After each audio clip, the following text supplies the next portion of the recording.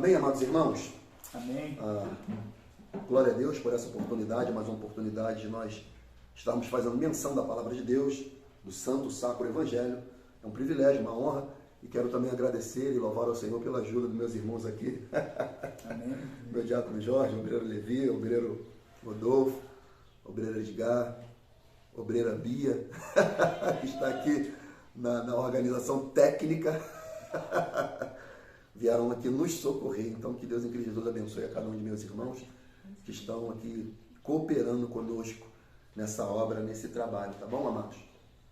Amados, eu queria abordar um assunto que é de suma importância para o reino de Deus, para a Igreja de Cristo, que é nós termos instruções sobre a crença correta.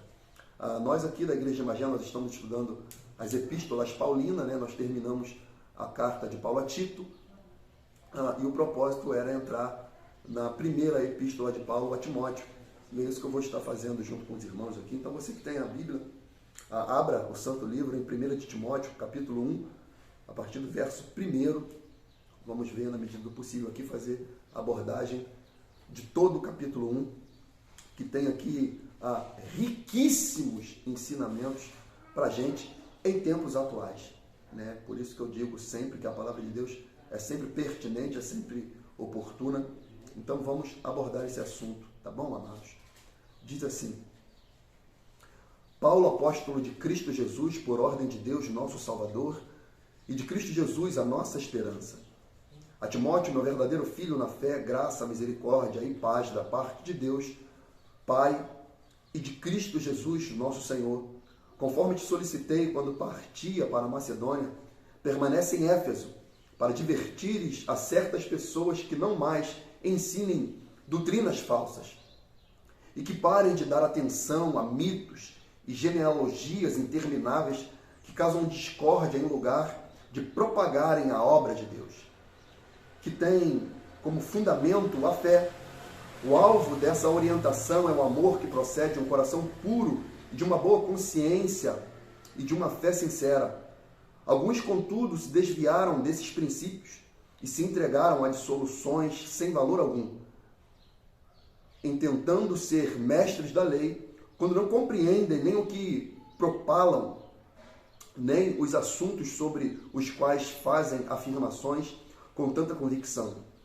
Sabemos, todavia, que a lei é boa, e se alguém a usa de forma adequada, de igual modo sabemos que ela não é feita para os justos, mas para os transgressores e insubmissos, para os perversos e pecadores, para os profanos e irreverentes, para os que matam pai e mãe, e para os assassinos, e para os que vivem na prática da imoralidade, e sobre os homossexuais em geral, e para os sequestradores, para os mentirosos, para os que fazem juramentos falsos, e para todo aquele que se revolta contra a sã doutrina. Esta sã doutrina encontra-se no glorioso Evangelho que me foi otorgado, a saber, o Evangelho do Deus bendito. Sou grato para com aquele que me fortaleceu, Cristo Jesus, nosso Senhor, que me concedeu força e me considerou fiel, designando-me para o ministério. A mim, que em tempos passados fui blasfemo, perseguidor e insolente, contudo, ele me concedeu misericórdia, porquanto fiz o que fiz mediante a minha ignorância e incredulidade, e a graça de nosso Senhor transbordou sobre mim, com a fé e o amor que há em Cristo Jesus. Esta declaração é fiel e digna de plena aceitação. Cristo Jesus veio ao mundo para salvar os pecadores, dos quais eu sou o pior. Todavia, por este motivo mesmo, me foi concedida a misericórdia, para que em mim, no pior dos pecadores, Cristo Jesus demonstrasse toda a grandeza da sua paciência e me tornasse num modelo para todos quantos haviam de crer nele para a vida eterna. Porquanto, ao Rei eterno, imortal, invisível, Deus único, sejam honra e glória pelos séculos dos séculos. Amém. Timóteo, meu filho, dirijo essa orientação a ti, levando em consideração o que as profecias anunciaram a teu respeito, com base nelas, luta o bom combate, perseverando a fé e a boa consciência, porquanto algumas pessoas, vindo rejeitá-la, naufragaram na fé. Entre esses estão Himeneu e Alexandre, os quais entreguei a Satanás para que aprendam a não blasfemar. Até aqui, louvado seja o nome do Senhor. Amém? Fala, meu brother Fernando. Paz do Senhor de Deus. Aleluia, aleluia. Amados, então, olha a riqueza de conteúdo nesses poucos versos, né? Poucos versos. Quer sentar aqui, meu brother? Chega pra cá. Calma. Ajuda aqui, coopera. Coopera conosco. Então, olha a quantidade de fundamentos densos teológicos que o apóstolo Paulo aqui aborda para instruir seu pupilo na fé, Timóteo, né, cujo qual é alguém que já tinha um chamado da parte de Deus, e isso foi se consolidando, se fortificando, e quando ele tem esse encontro com o apóstolo Paulo, isso ali é chancelado, e Timóteo entende a sua vocação, o seu chamado, e ele segue. E isso ele vai debaixo da orientação do apóstolo Paulo, para que a igreja seja fundamentada numa crença correta. E hoje nós vemos, né, meu diácono, o analfabetismo, essa palavra é bem difícil, bíblico que a nossa nação brasileira se encontra. Há muita ignorância, amada, acerca dos ensinamentos bíblicos, escriturístico, canônico, e isso já estava até revelado nas escrituras, né? Jesus, certa feita, diz que errais por não conhecer as escrituras e nem o poder de Deus. Se eu não me engano, Mateus 22, 29 vai falar sobre isso. O profeta Oséias também disse que o meu povo é destruído porque lhe falta o conhecimento. Mas também não é simplesmente a falta do conhecimento chegar, mas sim a rejeição do conhecimento. Porque ele fala, porque tu rejeitaste conhecimento, eu também te rejeitarei, para que não seja sacerdote diante de mim. Tendo em vista que nós fomos chamados para ser um reino de sacerdotes, que estejam diante de Deus, adorando ao Senhor, intercedendo, estando ali diante da presença do Senhor. Mas a ignorância faz com que as pessoas não se posicionem nesse lugar de adoração, nesse lugar de submissão, de serviço a Deus. Então, essa epístola, ela é muito pertinente para nós. Uma epístola que foi escrita aproximadamente em 64 a 65, entre 64 e 65, depois de Cristo, depois do primeiro encarceramento do apóstolo Paulo em Roma. Ele escreve essa epístola a Timóteo com o propósito, com o fim de encorajar esse jovem ministro, de dar coragem para instruir esse jovem pastor ao ministério, para que ele chegasse lá em Éfeso e pudesse ali fundamentar a igreja numa crença correta, bíblica, porque Paulo sabia que após a partida dele chegariam ali pessoas que iam, como é que eu posso utilizar? Iam destruir, talvez seja essa palavra, destruir a igreja de Cristo, ou tentar destruir a igreja de Cristo. Mas só que Timóteo, ele era um jovem ministro. Então, o jovem em si, talvez não tenha tantas credenciais, tanto prestígio, porque geralmente o jovem, ele é precipitado, ele é imaturo, ele é inseguro, ele é levado pelas suas emoções, ele é afoito, né? Ele é precipitado. Mas Paulo, ele entende a chamada de Timóteo, e ele escreve para Timóteo, para encorajar Timóteo, mas também falando para a igreja não desprezar Timóteo devido à sua mocidade. Por exemplo, eu fui chamado ao pastorado jovem, e me considero jovem. Olha aí. Me considero ainda jovem. Então, nós vemos que chamada em si não tem muita correlação com a idade, mas sim com a relação que o que é chamado, vocacionado por Deus, tem com o próprio Senhor. Entendeu? Logicamente ele não tem que ser neófito, né? Um novo convertido, ele tem que ser amadurecido na fé, lapidado, discipulado. E esse foi Timóteo. Alguém que foi discipulado, instruído, capacitado pelo apóstolo Paulo, alguém cheio do Espírito Santo, alguém que foi chamado por Deus, alguém vocacionado por Deus, alguém que o Senhor o elegeu, o escolheu. E Timóteo foi ali instruído pela sua avó e pela sua mãe, que o levaram à fé. O pai de Timóteo era gentil, era grego, mas a mãe, a avó de Timóteo, eram judias convertidas ao cristianismo, cheias da fé, e ingressaram o jovem Timóteo nesse evangelho cristocêntrico, nesse evangelho salvífico. E Paulo diz isso, olha só, 1 Timóteo 4,12 em diante diz assim: ninguém despreze a tua mocidade, mas ser o exemplo dos fiéis na palavra, no trato, no amor, no espírito, na fé, na pureza. Persiste em ler, exortar e ensinar até que eu vá. Não despreze o dom que há em ti, a qual foi dado por profecia, com imposição das mãos do presbítero. Medita estas coisas, ocupa-te nelas, para que o teu aproveitamento seja manifesto a todos. Tem cuidado de ti mesmo e da doutrina. Persevera nestas coisas, porque fazendo isto, te salvarás tanto a ti mesmo como aos que te ouvem. Então, Paulo diz que esse dom já tinha sido dado já a Timóteo, porque ele foi recebido com imposição de mão, mediante a profecia. Eu me lembro até quando nosso amado pastor Elvis Guimarães, ele falou acerca do meu chamado. Foi aqui na igreja de Magé, ele me chamou ali. Ele teve uma visão da parte do Senhor, que ele via o Senhor me entregando um livro dourado e um cajado. E ele dizia que isso era ministério, era uma chamada ministerial, e que era para eu meditar nessas coisas, orar por essas coisas e ser guiado por elas. E é isso que Paulo faz aqui com Timóteo. Ele diz para Timóteo ser um exemplo dos fiéis. Qual? Em que instância? Ele diz: na palavra, no trato, no amor, no espírito, na pureza, ou seja, santidade. Ele fala: persiste em ler. Ou seja, não se aparte, jovem Timóteo, o livro dessa lei. Medita nela de dia e de noite. Então, sendo essa uma epístola também pastoral, todo aquele que é vocacionado, e todos nós somos, amados, mas em especial aquele que é vocacionado ao ministério, ele não pode se apartar do livro dessa lei. Jamais. Primeiro, quem é vocacionado é apaixonado pela Escritura. É alguém que ama as Escrituras, devora as Escrituras, se alimenta das Escrituras, não para pregar, mas para viver. Então, quando ouve, vive, aí ele fala. Porque sim, ele vai ser um exemplo.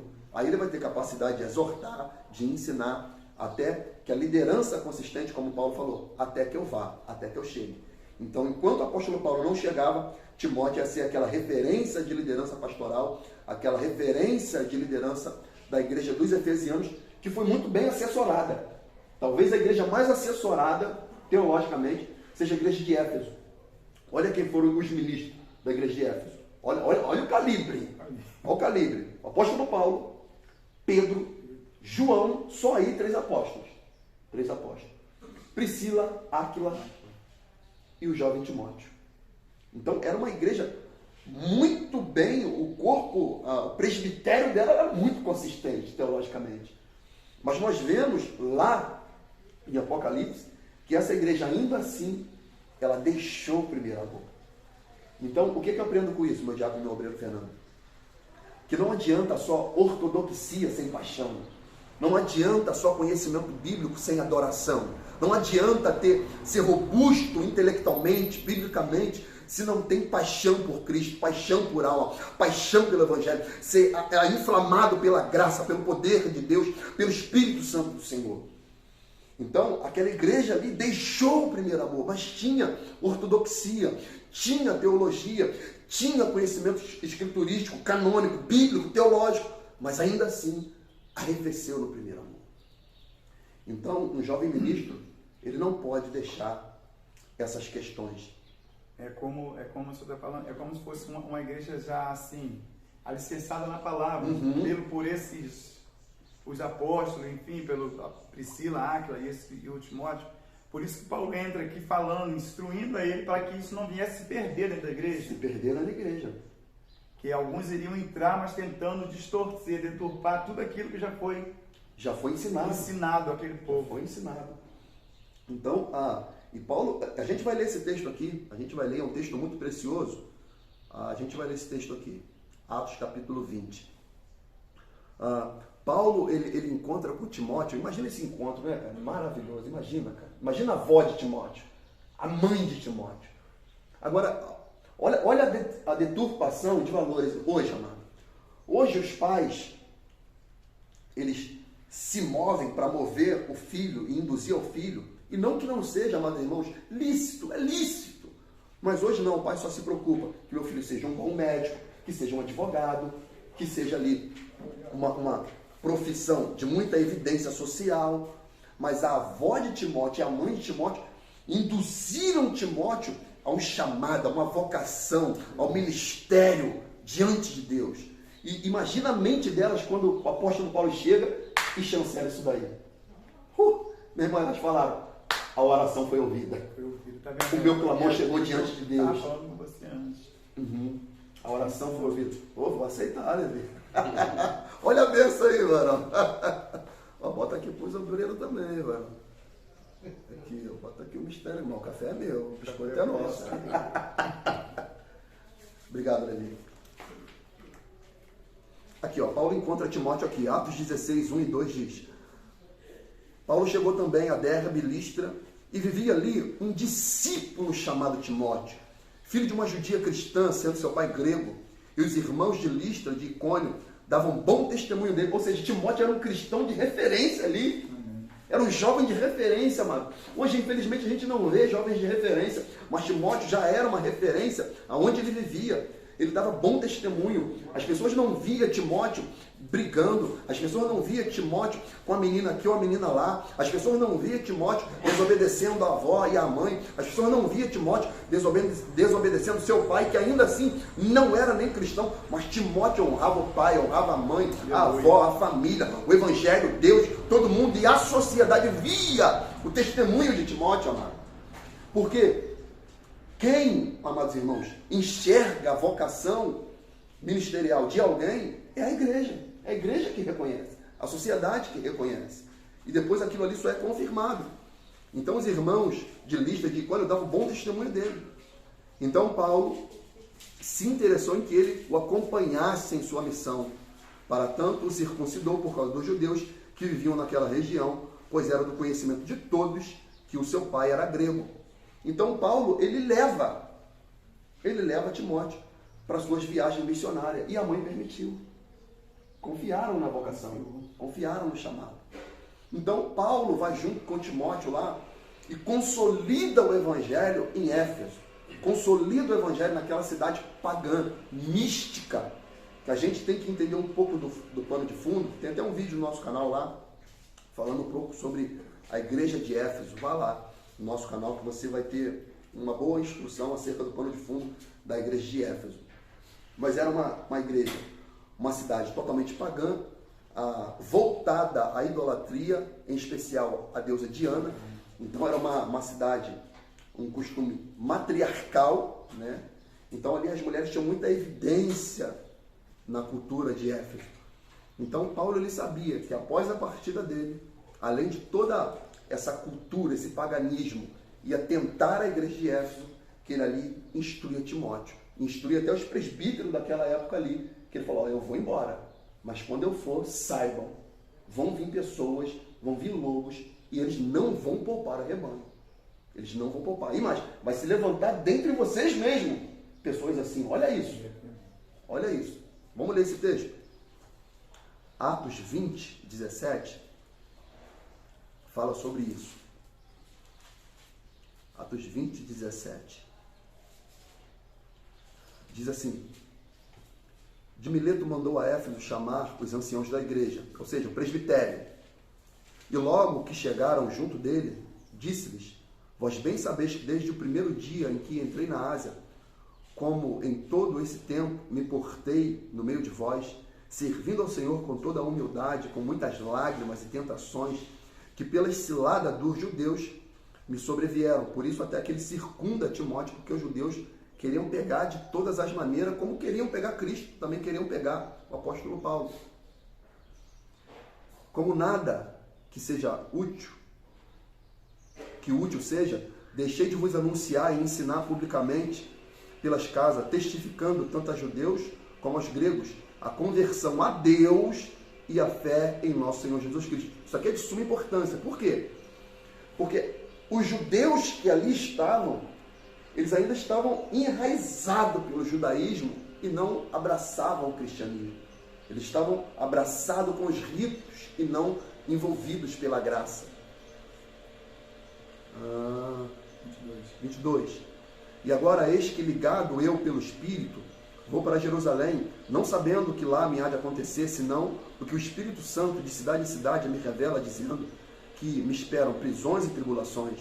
Mas em nada tenho a minha vida por preciosa, contanto que cumpra com alegria a minha carreira e o ministério que recebi do Senhor Jesus, de dar testemunho do Evangelho, da graça de Deus. E agora, na verdade, sei que todos vós, por quem passei pregando o reino de Deus, não verei mais o meu rosto. Ou seja, o apóstolo Paulo já sabia que estava se aproximando o tempo da sua partida nesse plano terrestre. Portanto, no dia de hoje, vos protesto que estou limpo do sangue de todos. Olha isso aqui, meu irmão. Imagina essa igreja que recebeu essa palavra. O que ele está falando?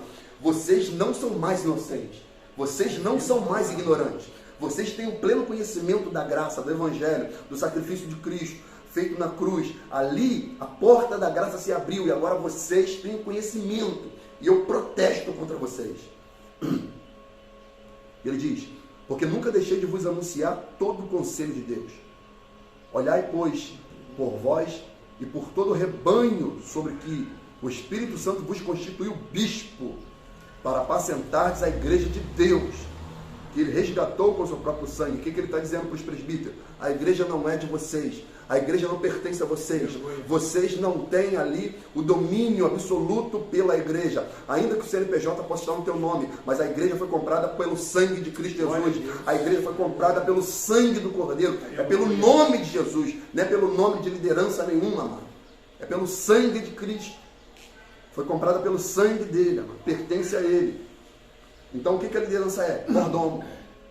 Ela só está para servir a noiva do Cordeiro. É o mordomo.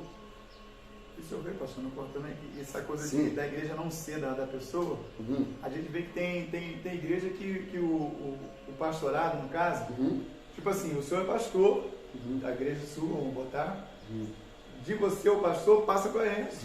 Sim, é. Aí aqui está mostrando que a igreja não é do pastor, não é. Mas não, e aqui a gente vê muito disso, a pessoa, eu sou pastor, aí daqui a pouco o Nicolas vai ser pastor, e assim vai passando para os filhos, o filho, o pai passando para Ele já estava deixando isso bem consistente. Bem claro, Bem consistente na igreja. A igreja não é de vocês. Hoje em dia é assim. O Rodolfo falou, parece até monarquia. Monarquia, é. E verdadeiramente é basicamente isso daí. As pessoas se colocam como reis, dominadores da igreja de Cristo, e não é, mano. Não é, por exemplo, lá perto de casa, lá, Jesus, complicado. Tem que falar nome. Mas, por exemplo, não vou falar nome não, que é complicado. Mas, por exemplo, a igreja, lá próximo de onde eu moro, ela é conhecida como a igreja do fulano de tal. Ou seja, a referência é a pessoa e não Cristo. Não Cristo. Muitas pessoas questionam, mas a igreja de vocês não tem nem placa? Claro que não, meu irmão. Claro que não, foi dada essa visão, a nossa liderança. Por quê? Porque a nossa igreja, que eu falo, nós fazemos parte, nós compomos esse corpo, ela é de Cristo Jesus, amado. Então, não é um CNPJ que constitui a igreja, é o corpo. Logicamente precisamos de organização, tudo bem, é lícito e é digno fazer. Mas a questão é que a igreja ela é de Cristo, pertence a Cristo. E a liderança, o presbitério tem que entender que é só um mordomo, um serviçal, a serviço de quem de fato é dono. É tipo, por exemplo, assim, a casa aqui é do Mael, da Marina, aí a gente vem para cá, mas a casa não é nossa, a casa é deles. Então a gente tem que fazer aqui o que eles permitirem. O que eles derem aval para a gente vai fazer. Por quê? Porque a casa é deles. Então é assim o pastor. O pastor ele tem que tratar a igreja como Deus quer, como Cristo quer. Como Cristo quer, assim o pastor, a liderança, tem que tratar a igreja, servir a igreja. E ele diz aqui, versículo 29, porque eu sei isto, que depois da minha partida entrarão no meio de vós lobos cruéis, que não perdoarão o rebanho, e que dentre vós mesmos, isso aqui que mais me assusta, e que dentre vós mesmo se levantarão homens que falarão coisas perversas para atrair os discípulos após si.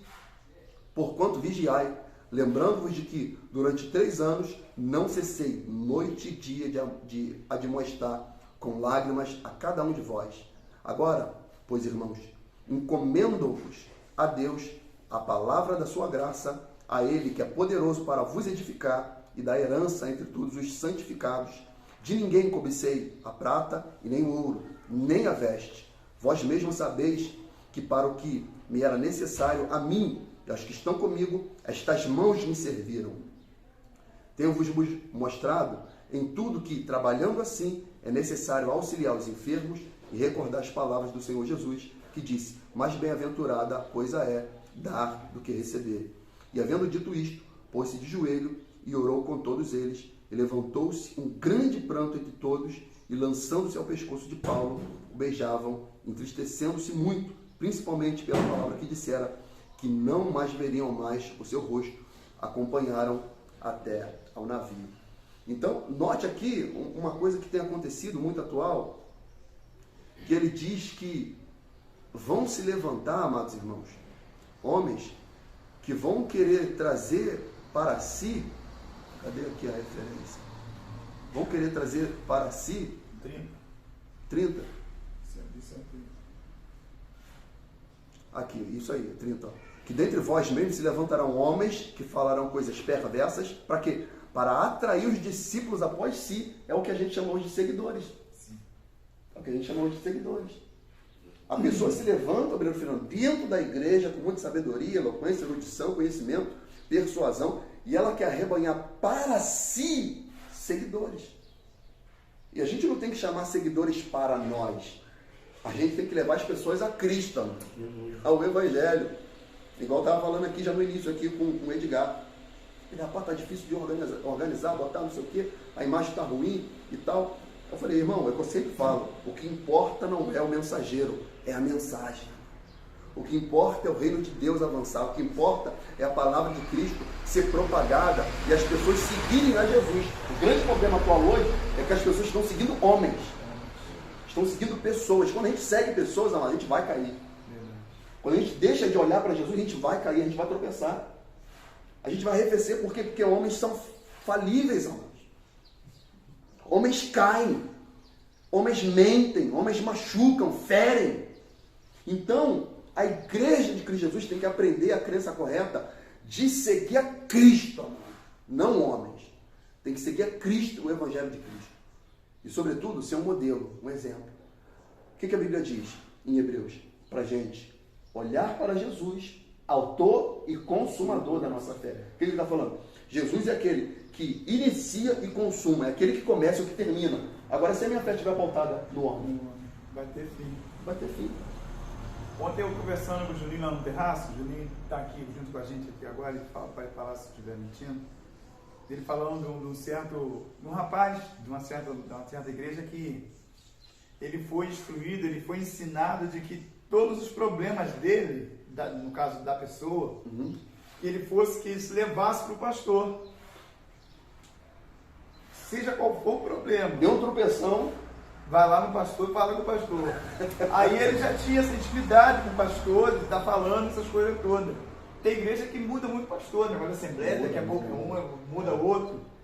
E esse rapaz falou que ele vinha dessa maneira. Tinha um problema, o ideal falava com o pastor, não sei, a palavra fala para comunicar os santos, não é isso? Eu não sei que tipo de instrução ele tinha, né, pelo pastor dele, se era bíblica, se era, não sei. Mas toda a situação ele tinha que levar para o pastor, falava com o pastor, estou em casa, aconteceu isso, comigo e minha esposa, aconteceu, fala com o pastor. Aconteceu alguma coisa, tudo fala com o pastor. Mas agora mudou o pastor. Aí agora ele falando, o Juninho conversando, ele falando que o rapaz agora ele não tem liberdade de chegar e falar com o pastor mais. Mas aí, se é Cristo que está no centro do negócio, no comando, a gente vai levar para Cristo. Não estou dizendo aqui que você não possa estar comunicando, falando com o pastor certo. Não é lícito, isso pode, deve. É bíblico. É bíblico, né? Mas pelo que ele falou, tudo era só o pastor, qualquer coisa. Dependência. Dependência. Aí que tipo de tratamento ele estava tendo com esse pastor? Que tipo de exortação que vinha da parte do pastor? Ou era tão somente aquele passar a mão, de repente aquilo me agrada, eu vou lá falar com ele, ele vai... Hoje, muitas igrejas, meus irmãos, são berçários. As pessoas são tratadas como neném o tempo todo. As pessoas ingressam na fé e não crescem, não amadurecem. Isso. Não anda com as próprias pernas. O rato entrou dentro da casa, quer ligar pro pastor, pô. Pô, o que é isso, gente? O que aconteceu, meu irmão? Noite ainda. O que aconteceu, meu irmão? Não, que eu tenho um rato aqui. Ué, o que tem a ver com o rato, pô? Foi ele contando. Então, gente, olha só o nível. Então, a gente tem que amadurecer e fundamentar toda a nossa convicção de fé e de vida em Cristo, nas Escrituras. Como o Diácono Jorge falou, não que a gente não vá pedir uma orientação debaixo de um dilema, de uma situação que a gente se encontra numa sinuca, como costumo dizer, numa sinuca de bico, e vai pedir uma orientação bíblica e teológica ao pastor. Sim, mas são pessoas que são dependentes de homens, carentes, estão sempre no berçário, querem a chupeta e o colo para dormir, entendeu? Então a gente tem que amadurecer na fé. E Timóteo está sendo esse jovem que está sendo amadurecido, lapidado para o ministério pelo apóstolo Paulo. Então, nós devemos entender essa consistência. E agora eu já entro propriamente dito no texto, porque o tempo não para. O tempo não para. Se não, vejamos o versículo 1 e o versículo 2, a saudação apostólica do apóstolo Paulo. Olha que tremendo isso aqui. 1 Timóteo 1, agora a gente vai fazer paulatinamente a exposição dos textos aqui de Timóteo. 1 Timóteo 1, versículo 1 e 2 diz: Paulo, apóstolo de Cristo Jesus, por ordem de Deus, nosso Salvador, e de Cristo Jesus, a nossa esperança. Olha isso aqui. Olha isso aqui. É o mandato de Deus. Está mandato de Deus, né? Mandato de nosso Deus. A nossa esperança. Por que ele fala a nossa esperança? Porque Cristo que é a nossa esperança. Não é homem nenhum. A nossa esperança está em Cristo. Ele diz: a Timóteo, meu verdadeiro filho na fé, graça, misericórdia e paz da parte de Deus, Pai, e de Cristo Jesus, nosso Senhor. O que o apóstolo Paulo está falando aqui, amados irmãos, nesses dois únicos versículos aqui? Primeiro, ele está escrevendo para Timóteo. Timóteo é o destinatário da carta. Mas essa carta, Timóteo, ele vai se fundamentar e vai ler para a igreja. Que a igreja ali no momento era a igreja de Éfeso. Então ele está falando, olha só, eu estou aqui debaixo de uma direção. Eu estou aqui debaixo de uma ordem. O que Timóteo deveria falar? Não olhem para essa capa, eu estou debaixo de uma ordem divina. Eu estou debaixo de um apostolado. Eu estou debaixo de um ministro bíblico canônico. E eu tenho credenciais suficientes para vocês acreditarem em mim. Por isso que Paulo ele fala, Paulo, apóstolo de Cristo. Ele está falando, Paulo não está falando, eu não sou enviado pela minha própria carne. Eu não fui outorgado pela minha própria vontade. Eu sou ministro, eu sou apóstolo, eu sou missionário vocacionado por Cristo, debaixo do mandato e da ordem de Deus, amado. O problema de hoje, Fernando, é que muitas pessoas são ordenadas por si e não por Deus. São ordenadas, guiadas, porque acha que eu fiz teologia, mas cadê a vocação? Cadê o chamado? Que é da ordem de Deus, do mandato de Deus, guiado pelo Espírito Santo de Deus. E ele fala, a nossa esperança. Obrigado. Cristo Jesus, nossa esperança. Por quê? Porque a nossa esperança, mano, tem que estar em Cristo. Tudo está em Cristo, mas a gente tem que entender isso. A nossa esperança tem que estar em Cristo, Jesus, nosso Senhor. Então, o chamado do apóstolo Paulo é de ordem divina, como também o chamado de Timóteo era de ordem divina. Gálatas 1:1 diz assim, Paulo apóstolo, não da parte de homens, nem por homem algum, mas por Jesus Cristo, por Deus Pai, que o ressuscitou dos mortos. Por quê? Naquela época tinha muito apóstolo, variedade de apóstolos. Todo mundo ali, todo apóstolo queria o seu panteão, o seu lugarzinho ao sol, porque o apóstolo, o vocacionado, o missionário, o enviado, quando ele chegava em uma cidade, ele era muito bem quisto, muito bem aceito. E ele ganhava recursos, dinheiro, alimentação, mas só que essas pessoas estavam focadas só nisso. Aí Paulo está falando, eu não sou apóstolo ordenado por homens. Eu não sou enviado por causa de homens. Eu não fui chamado por causa de homens. Por quem, Paulo, que você foi chamado? Por ordem de Deus, por ordem de Cristo, vocacionado por Cristo. Então, Paulo era esse apóstolo ordenado por Cristo. O que a gente aprende com isso? Amado, todo cristão, ele é chamado por Deus. O Evangelho de João diz assim, ó, tudo que o Pai me dá, Jesus disse, tudo que o Pai me dá, esse vem a mim. E o que vem a mim de maneira nenhuma, ele lança fora. Então todo aquele que o Pai chama, ele vem, amado, independente da situação. Ontem, por exemplo, agora, eu lembrei, ontem eu cortando o cabelo de um cliente, ele era presbítero, hoje não mais, afastado dos caminhos do Senhor, enfim, está vivendo uma vida dissoluta, bebe, enfim. E olha o motivo que ele me deu porque ele saiu da igreja. Porque ele teve um desentendimento com o pastor. E saiu da igreja e nunca mais voltou. Então, aonde que estava de fato a fé dessa pessoa? Onde que de fato estava fundamentado a fé, o chamado desse presbítero? Porque ele não permaneceu no corpo de Cristo, auxiliando se de fato ele entendia o chamado dele. Então, as pessoas não têm mais essa convicção do seu chamado por Deus, da sua, aspas, eleição por Deus. Amém, amado? Então, as pessoas não têm mais esse tipo de convicção, amado, de por quem elas foram chamadas. Olha o chamado do apóstolo Paulo, acabou de se converter, Atos capítulo 9, acabou de se converter, né, ao evangelho da prosperidade, da ausência de problema. Vai falar que você ingressou na fé, não tem mais problema. Mas quando Paulo é chamado, Deus já dá logo o cartão de visita.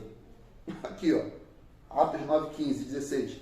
Disse-lhe, porém, o Senhor, vai, porque este é para mim um vaso escolhido para levar o meu nome diante dos gentios, dos reis, dos filhos de Israel, e eu lhe mostrarei o quanto deve padecer pelo meu nome.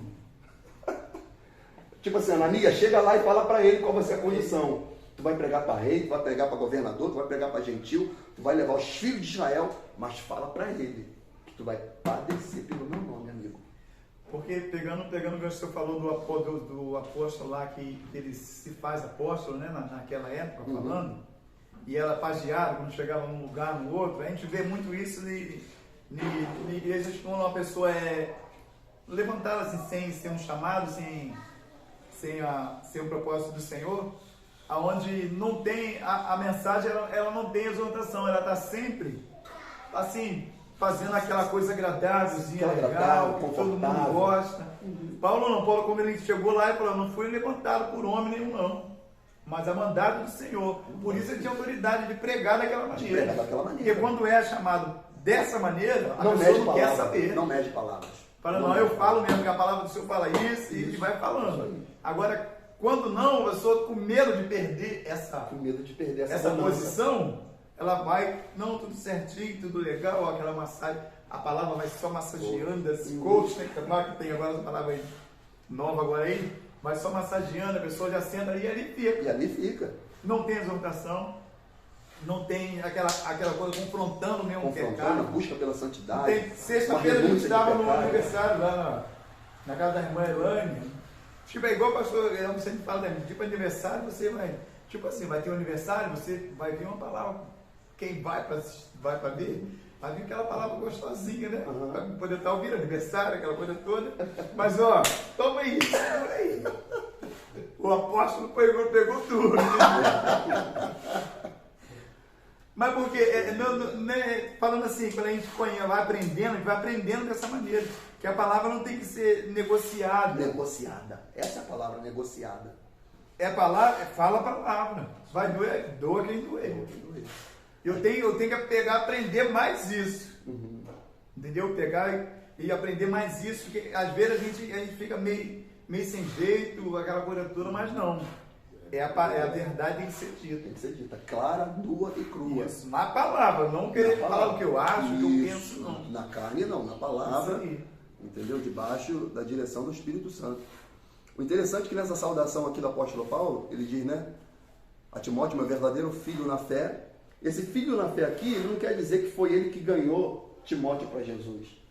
Ele quer dizer que Timóteo é um discípulo dele. Porque quem ganhou Timóteo para Jesus foi a avó e a mãe. Sim.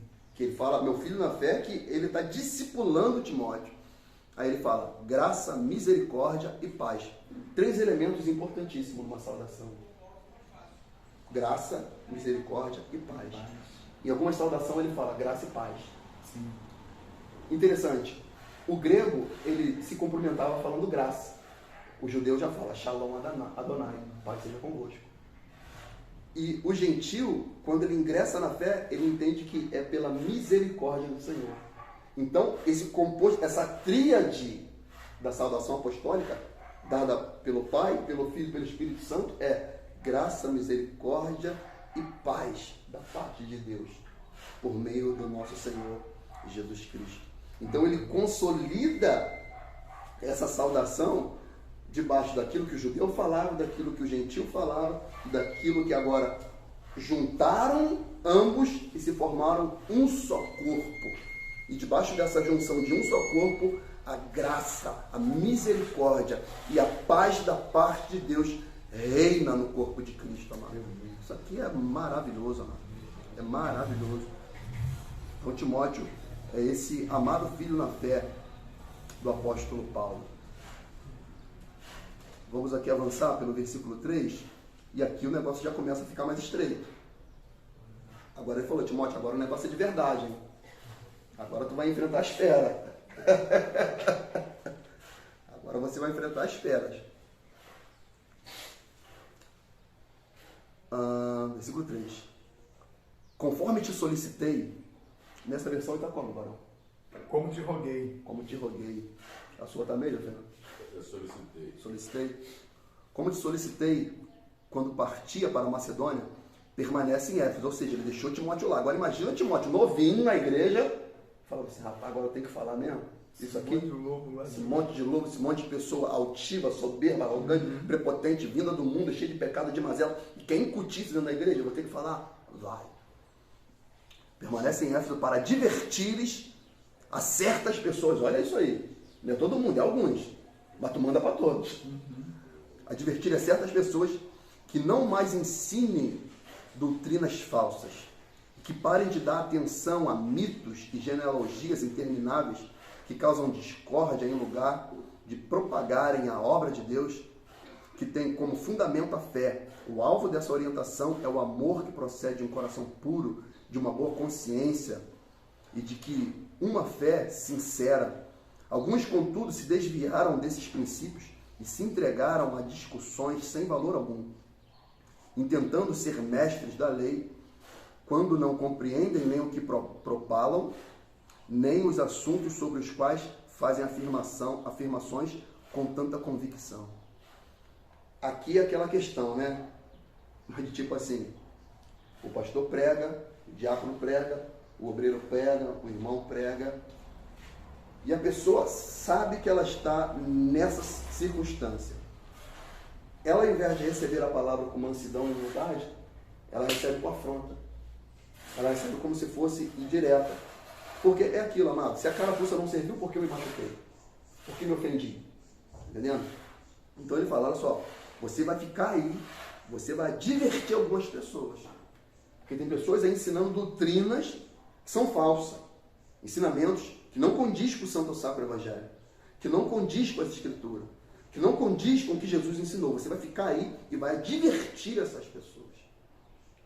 Agora, a questão é divertir para expulsar? Não. A questão é divertir para que essa pessoa se arrependa. Para que ela volte à sensatez do Evangelho. Porque é o tipo de gente, amados irmãos, que vai inchando o conhecimento de tal maneira que vai entrando em fundamentos, em corredores da fé, que não tem sentido nenhum. Era o que acontecia aqui. Ele fala aqui, ó, mito e genealogias. Lembra no capítulo 8 de João? Que Jesus está falando, né? Ele fala, nós temos o pai Abraão. Aí Jesus, não, vocês têm o pai o diabo. O que ele estava contando? A genealogia, pô. Nós somos a descendência de Abraão, nós temos sangue abraâmico, nós temos aliança abraâmica, nós somos da linhagem. Olha aí, pode olhar, vem de Abraão até nós, para tu ver se a gente não é. Não, o pai de vocês, a linhagem de vocês é o diabo, que ele é homicida. E quando ele fala do que é próprio, fala do que é seu, fala da arrogância, da vaidade, da prepotência, do ego, da altivez. É isso que vocês estão fazendo.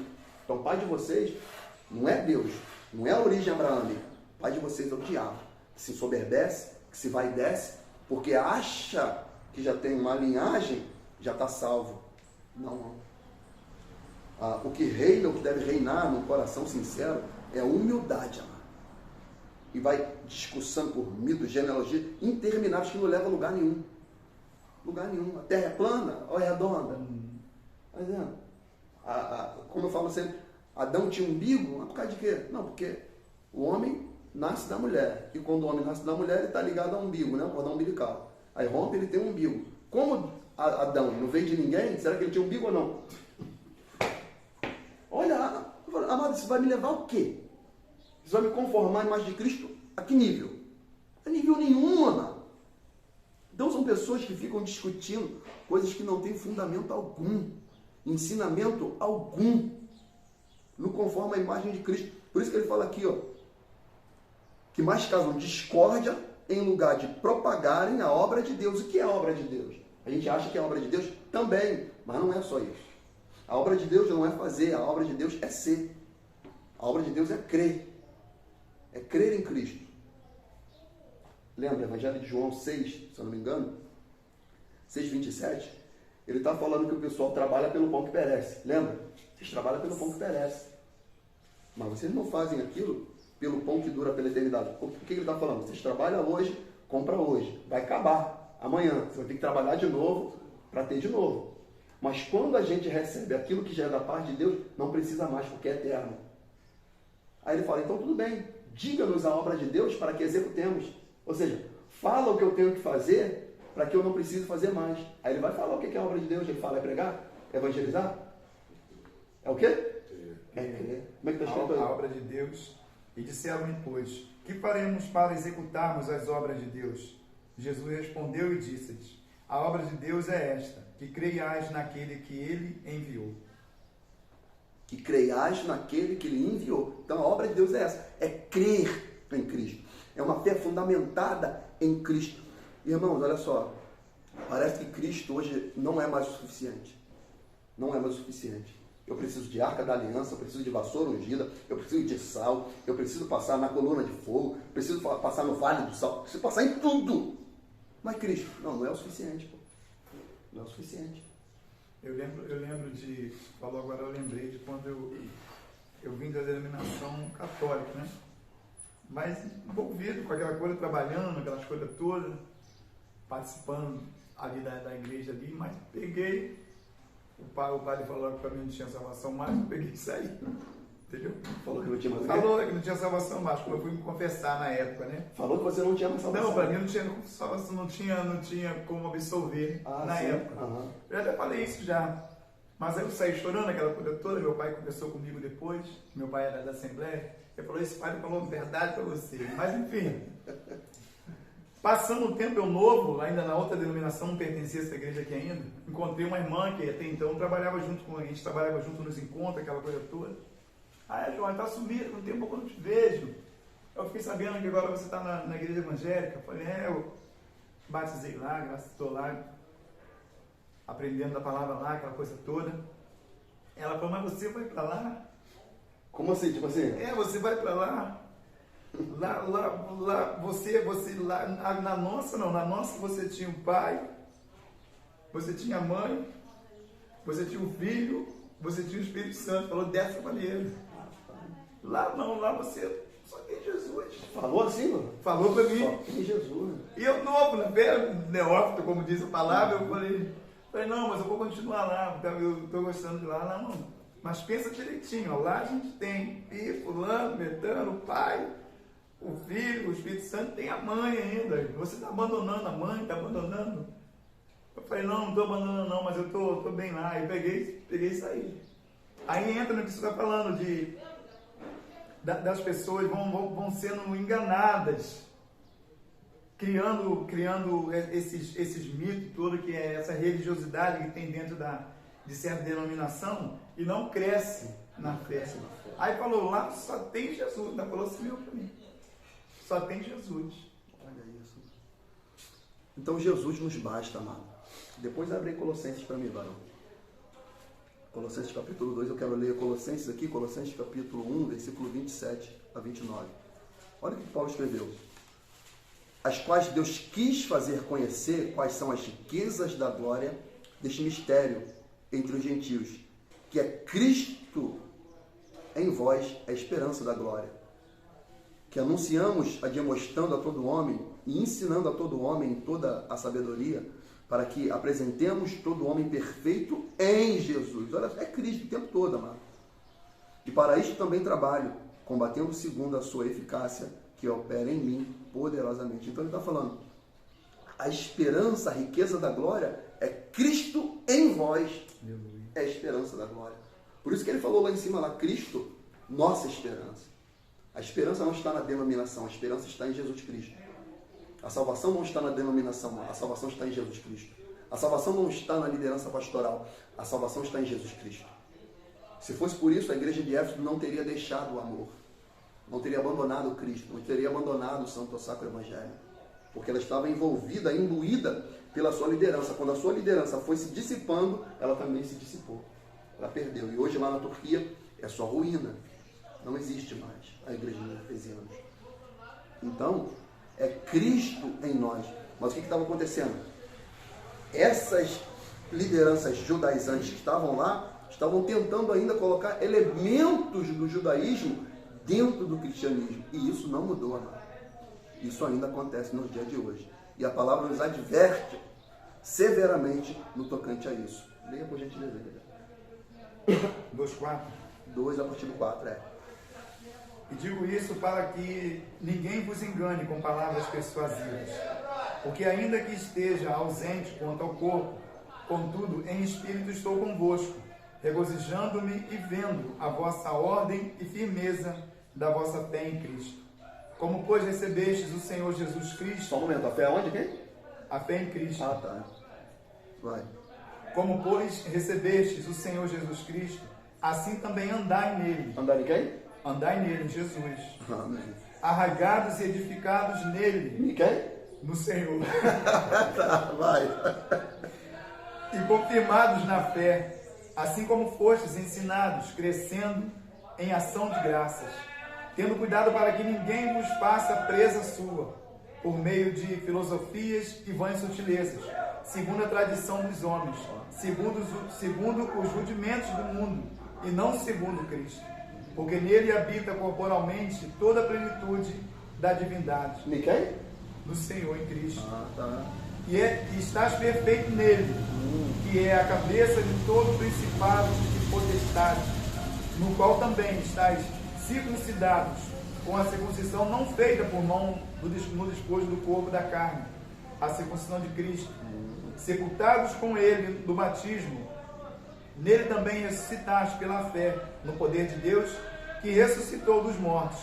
E quando vós estavais mortos nos pecados e na incircuncisão da vossa carne, vos vivificou juntamente com ele, perdoando-vos todas as ofensas, havendo riscado a cédula que era contrária contra nós nas suas ordenanças, a qual de alguma maneira nos era contrária, e a tirou do meio de nós, cravando-a na cruz.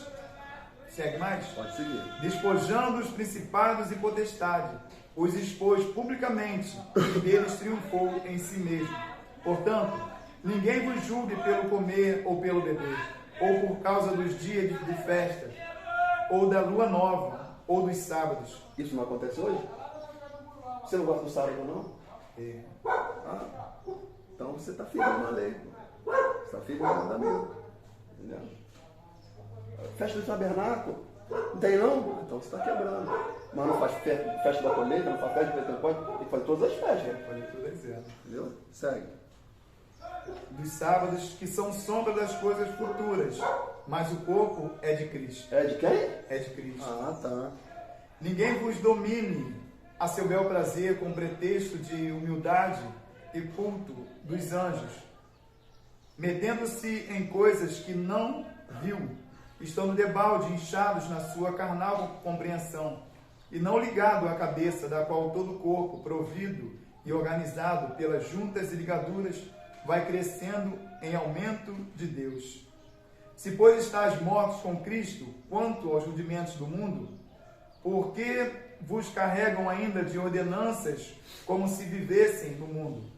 Tais como, não toqueis, não proveis, não manuseeis, as quais coisas todas perecem pelo uso, segundo os preceitos e doutrinas dos homens, as quais têm, na verdade, alguma aparência de sabedoria, em devoção voluntária, humildade e em disciplina do corpo, mas não são de valor algum, senão para a satisfação da carne.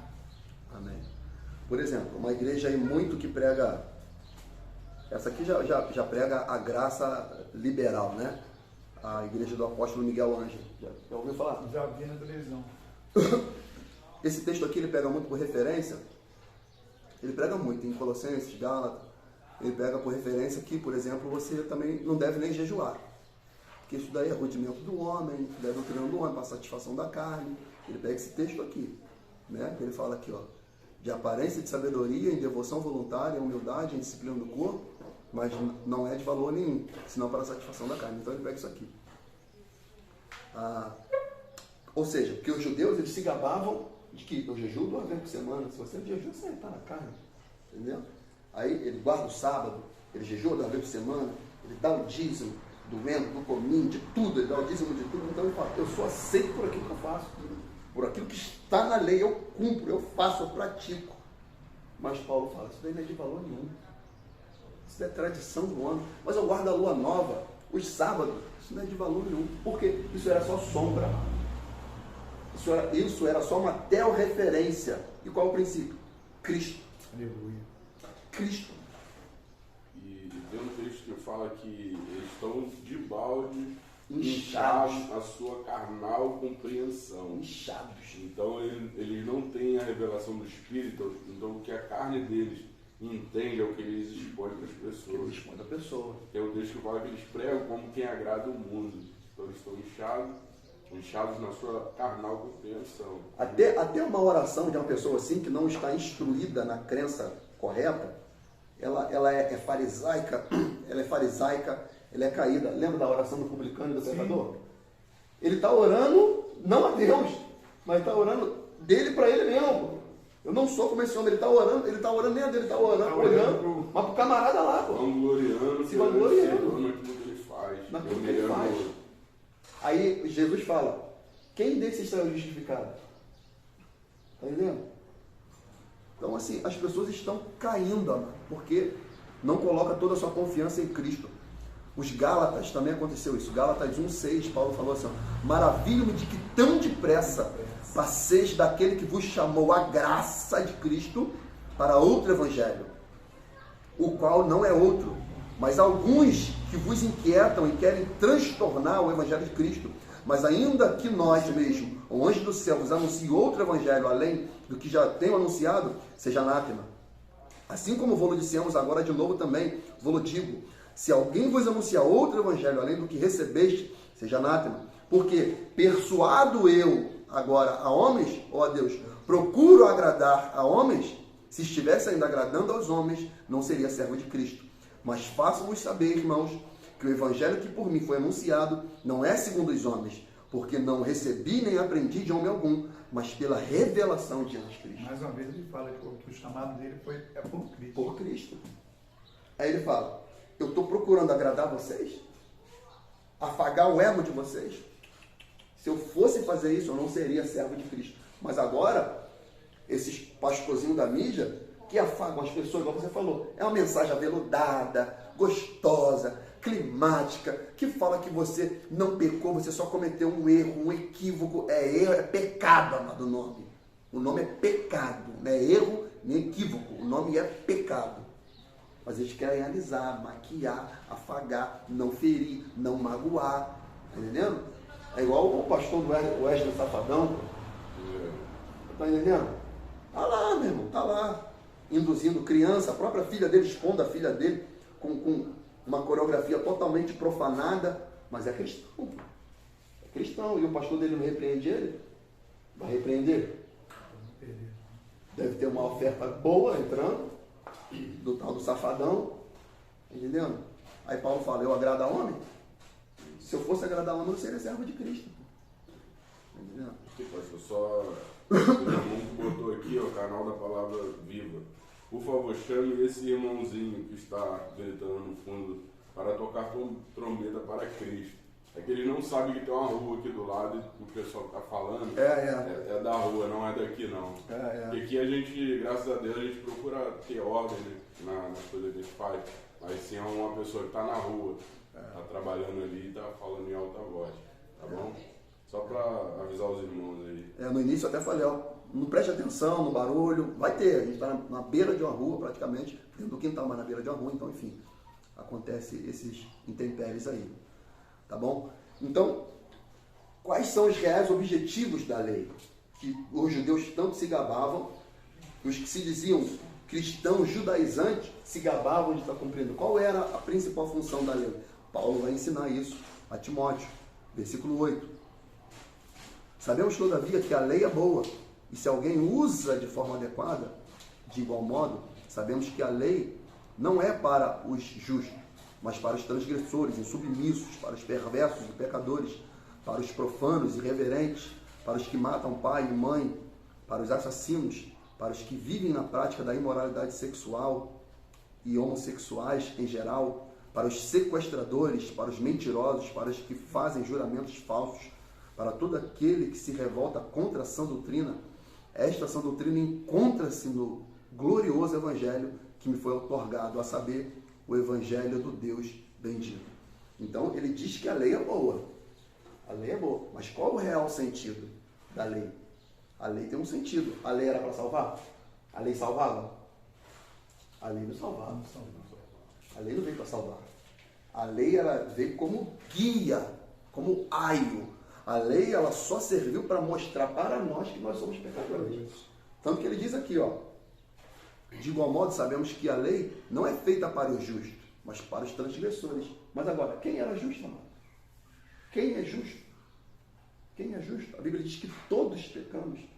Então a lei veio para isso, para apontar a nossa falta de condição de se salvar. Lembra, você falou esses dias aí sobre a passagem do jovem rico?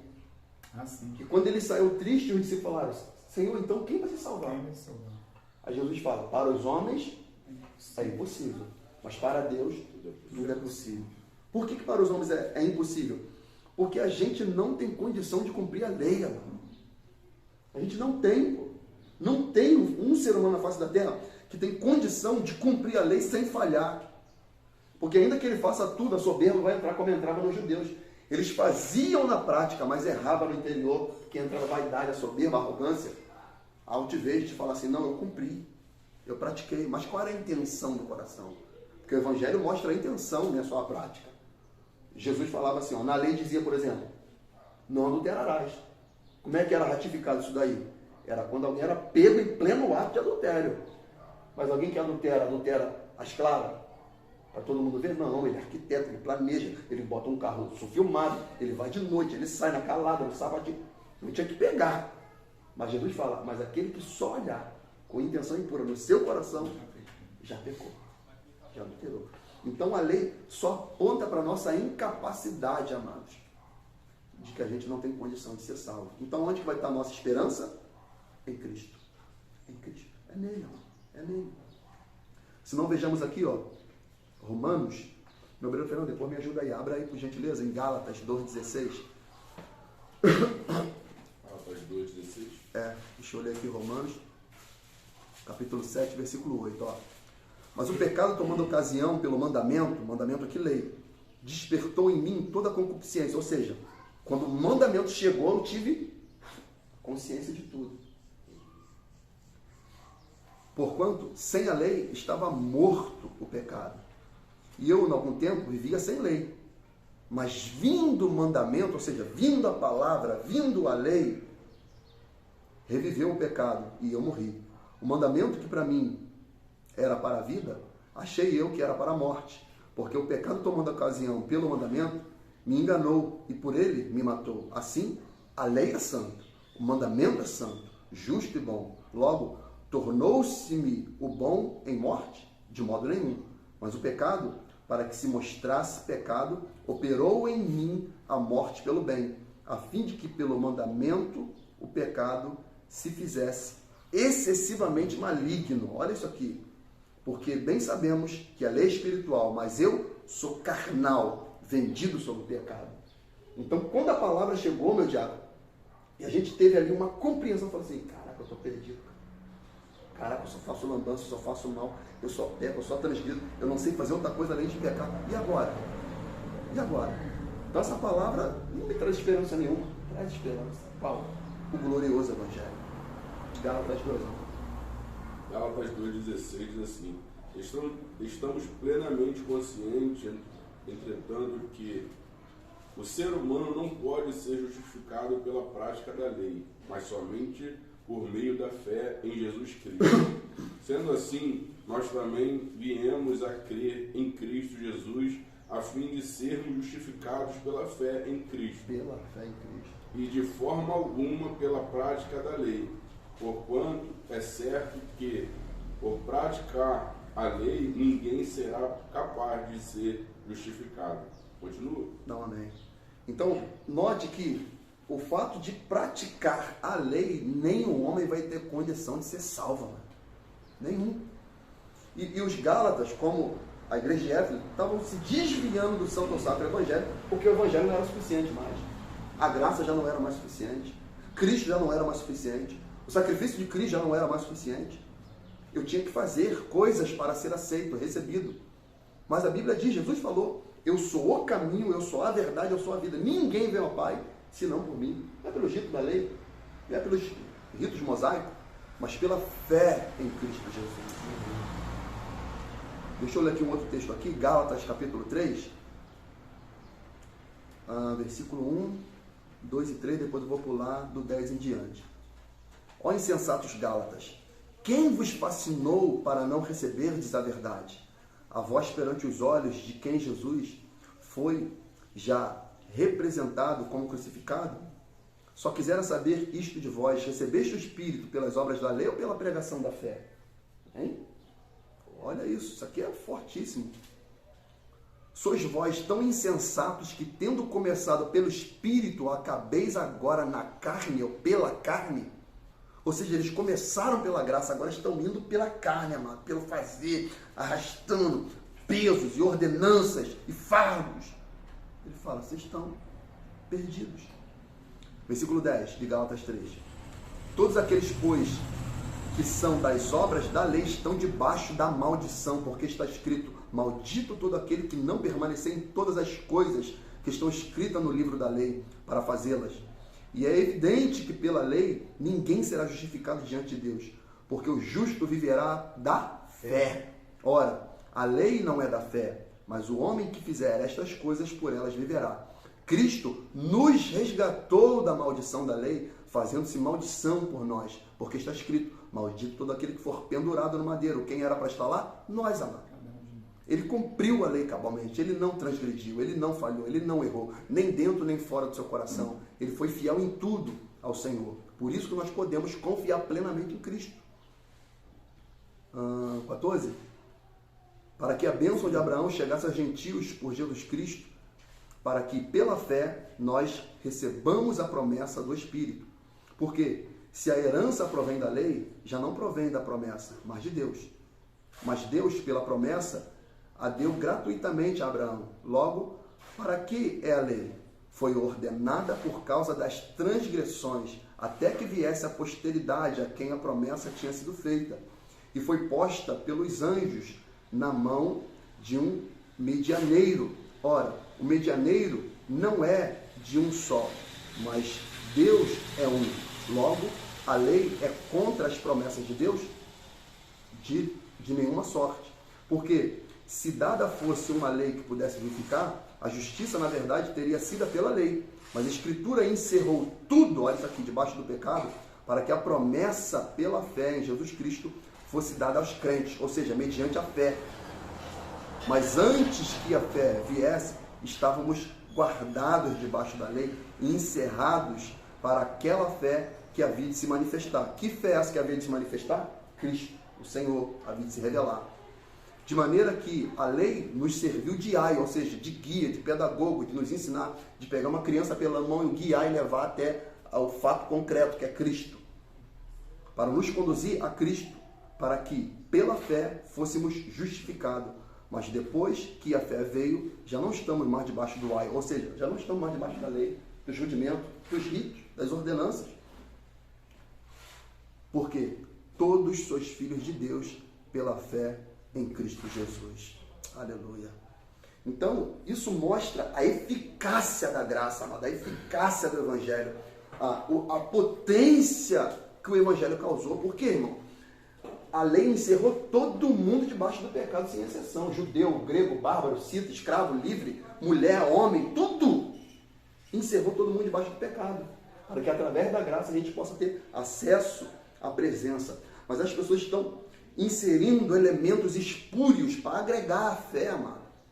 Está voltando às indulgências antigas. Está voltando aos ídolos antigos. Numa nova roupagem, amado, hoje em dia. E não mais o Santo Sacro Evangelho, não é mais o suficiente. Então nós temos que entender a eficácia da graça, a eficácia da graça. E Paulo dá continuidade nisso, falando ali a partir do versículo 12 de 1 Timóteo, capítulo 1. Olha que eficácia da graça, amado, olha a eficácia. Sou grato para com aquele que me fortaleceu, Cristo Jesus, nosso Senhor, que me concedeu forças e me considerou fiel, designando-me para o ministério. Então, a pessoa fala, estou fraco, corre para Cristo. Estou fraco, corre para Cristo. A Bíblia fala, quando estou fraco é que eu sou forte. Então, aonde que ele encontra a fortaleza? Em Cristo, amado. Me considerou fiel, designando-me para o ministério. A mim, que em tempos passados fui blasfemo, perseguidor, insolente, contudo, ele me concedeu misericórdia. Lembra? Graça, misericórdia e paz.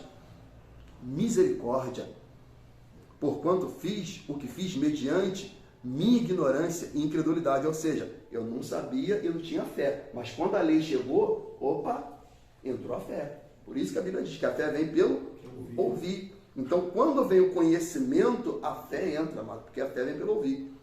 Por isso que o evangelismo necessariamente se faz aplicar sempre a lei e depois a graça. O que é a lei? Apontar que a pessoa é pecadora, apontar que ela erra, apontar que se ela permanecer nesse caminho, o resultado final dela será a condenação. Aonde que está a minha esperança? Aponta para a graça, aponta para Cristo. Aí ele diz 14, e a graça de nosso Senhor transbordou sobre mim, com a fé e o amor que há em Cristo Jesus. Esta declaração é fiel, digna de plena aceitação. Cristo Jesus veio ao mundo para salvar os pecadores, dos quais eu sou o pior. Outra tradução que eu gosto fala que eu sou o principal. Todavia, por este motivo mesmo, me foi concedida misericórdia para que em mim, o pior dos pecadores, Cristo Jesus demonstrasse toda a grandeza da sua paciência e me tornasse um modelo para todos quantos haviam de crer nele para a vida eterna, porquanto ao Rei eterno, imortal, invisível. Por que ele fala invisível? Porque as pessoas estavam se pautando naquilo que via. É por isso que ele fala. Ele diz, ao Rei eterno, ou seja, ele é eterno. Imortal, ou seja, ele de fato ele é Deus. Invisível, não é por matéria. Deus único, não há outros. Está entendendo? Não há outros. Ele é Deus único. Sejam honra e glória pelo século dos séculos. Amém.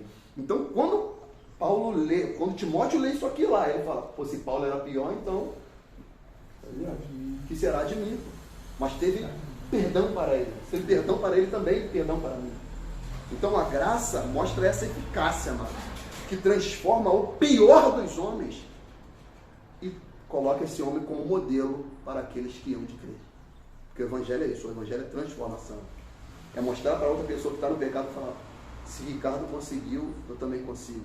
Se Jorge conseguiu, eu também consigo. Se Fernando conseguiu estar na fé, no Evangelho, servir a Deus, eu também consigo. Se Levi conseguiu, também há graça para mim. Se Rodolfo conseguiu, também há perdão da graça de Deus para mim. Se eles ingressaram nesse caminho feliz, de fato, perdão, a graça, a misericórdia, também me pode ser confiada. E eu possa me tornar um modelo para outros que também haverão de crer. Porque a pessoa olha para a gente. Sim. Ontem, falando do que você está falando, ontem a gente estava na consagração aqui. Aí Rodolfo pediu para trazer algo da parte do Senhor, mas ele trouxe, dando um exemplo de um rapaz, se eu não me engano, um irmão, o parente dele, o irmão, que quando ele se converteu ao Senhor, lá atrás, no passado, ele que outrora vivia num meio ali que não agradava, sendo um meio de drogadição, enfim, aquela situação ali que não agradava, o fato daquelas pessoas que estavam no meio dele ali, fazendo aquelas coisas erradas, quando viram ele já caminhando na fé, aquela coisa toda, algumas pessoas daquele ali já falavam, olhavam para ele e falavam, o senhor está falando agora assim, se fulano estava com a gente aqui, agora está caminhando, está direitinho na igreja, a gente pode também, e assim foi vivendo um tempo. Mas aí entrando esse rudimento da lei aí, essas coisas que vai, se a pessoa não atentar, vai afastando a pessoa do caminho do Senhor, hoje não se encontra mais na presença igual estava. Entendeu? Porque afasta. Afasta. Aqueles que outrora viram lá ele caminhando, aquela coisa toda, e querendo até caminhar também, porque viu que outrora estava junto com ele, estava fazendo coisa errada. Mas agora, de uns anos para cá, tem estado fraco na fé, as pessoas não dão o mesmo crédito. Não dão o mesmo crédito. Por exemplo, hoje, ainda que não tenha, amados irmãos, elementos judaizantes, mas, por exemplo, hoje muitas igrejas vivem de quê? De evento. Sim. Evento. Se não tiver evento naquela igreja ali, a igreja não vai. Não vai. A igreja não caminha, a igreja não progride, a igreja não se robustece. É de segunda a segunda evento, tá trazendo cantor, trazendo um pregador novo, fazendo evento. Oi? Festividade, sendo festividade, para manter a igreja. Se tirar a festividade, acabou essa igreja. Esvazia. Eu lembro que nós fomos na casa do pastor ali em Caxias, assim no começo, que nós fomos num culto lá no lugar que tinha era até do João, tinha um terraço lá e fizeram um churrasco maravilhoso, aquela coisa toda. Aí, do lado tinha uma igrejinha assim, uma porta de uma igreja, não lembro qual a denominação que era, mas tinha aquele cartaz grandão assim, segunda disso, terça daquilo, quarta disso aqui, quinta não sei de quê, a semana toda. Mas cada dia é uma coisa. Hoje é disso, amanhã é daquilo, e assim vai. Aí hoje tem festa do milho, festa da roça, festa de quê, festa daquilo, festividade fulano de tal, cantor fulano de tal, bertano, pregador sinistro, expulsador de demônio, miraculoso, coloca membro, tira membro. Então, vai fazendo esses eventos para manter. Para manter. Mas as pessoas não são mais envolvidas pela graça. Quando acabam os eventos, amado, acaba também a fé. E a gente vê hoje, dia de oração, as pessoas não querem. Meio de graça, não quer. Meio de graça, não quer. Entendeu? Renúncia, jejum, não quer. Entendeu? Quer coisas da carne, satisfação da carne, para inflamar o ego. Entendeu? Então, a graça se manifestou e ela tem a sua eficácia? Sim, obviamente. Mas as pessoas não querem viver pela graça, pela fé. Quer aquilo que ela consegue manipular, mover.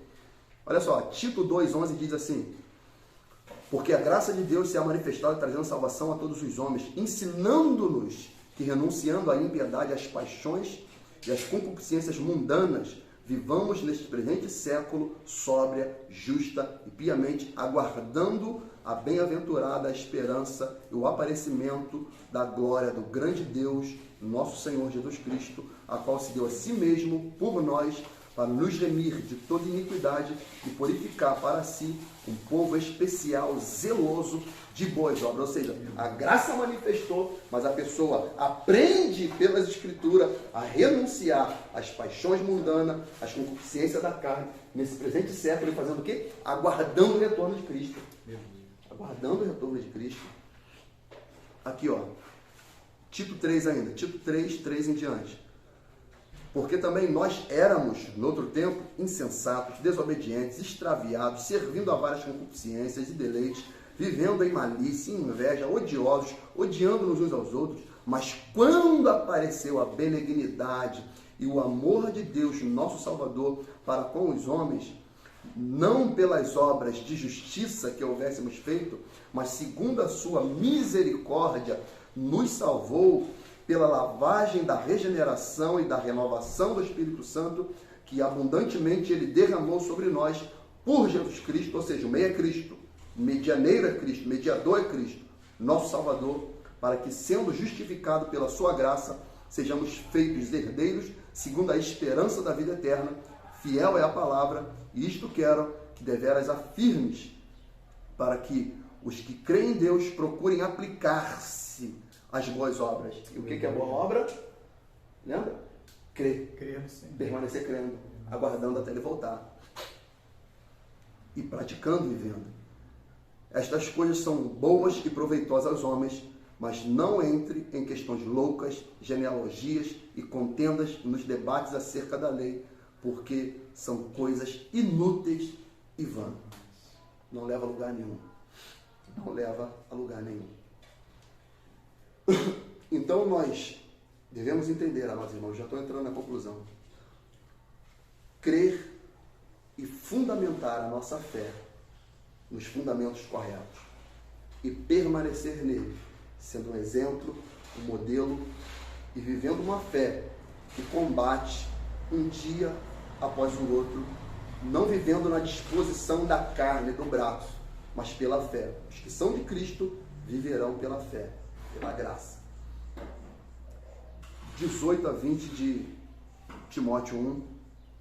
Timóteo, meu filho, dirijo essa orientação a ti, levando em consideração que as profecias anunciaram a teu respeito, olha que tremendo, com base nelas, luta o bom combate. Se já tinha sido profetizado, por que ele precisaria lutar?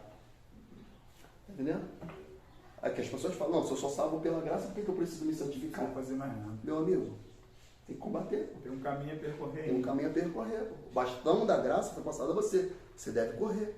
Entendeu? Então, agora, quando você falou bastão da graça, eu lembrei da corrida do revezamento. Do revezamento. Vai, pega o bastão daqui e você... É isso aí. Eu lembrei disso. É basicamente isso daí.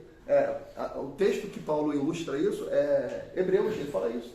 Quando ele fala, corramos a carreira que nos está proposta, ele está ilustrando os Jogos Olímpicos, que tinha essa corrida de revezamento. Aí Paulo está correndo, né? Não, Jesus, correndo. Aí passou para os apóstolos, Pedro, João, chegou a Paulo. Toma, Paulo, bastão. Paulo está correndo. Timóteo, segura. E agora Timóteo. Agora ele vem. Ricardo, Jorge, Fernando. E a gente vai correndo. Geração em geração. Geração em geração correndo e pegando o bastão da graça. E continuar correndo. Aí ele diz, com base nelas, luta o bom combate, perseverando a fé e a boa consciência, ou seja, é necessário perseverar na fé, amado. E aonde que está fundamentada a nossa fé? Em Cristo. Por onde que vem a fé? Das Escrituras Sagradas, da Bíblia, do Mandamento, do Santo Livro, lendo e ouvindo mensagens bíblicas, canônicas, santa, pura, sem mistura, mano. Porquanto algumas pessoas, vindo a rejeitá-la, aqui, ó, naufragaram na fé. Eu quero também. Não, né? Hã? Não é nada do jovem. Perseverando a fé e a boa consciência, porquanto algumas pessoas, vindo a rejeitá-la, naufragaram na fé. Entre esses estão Himeneu e Alexandre, os quais entreguei a Satanás para que aprendam a não blasfemar. Que pedreira, hein? De palavra final, hein?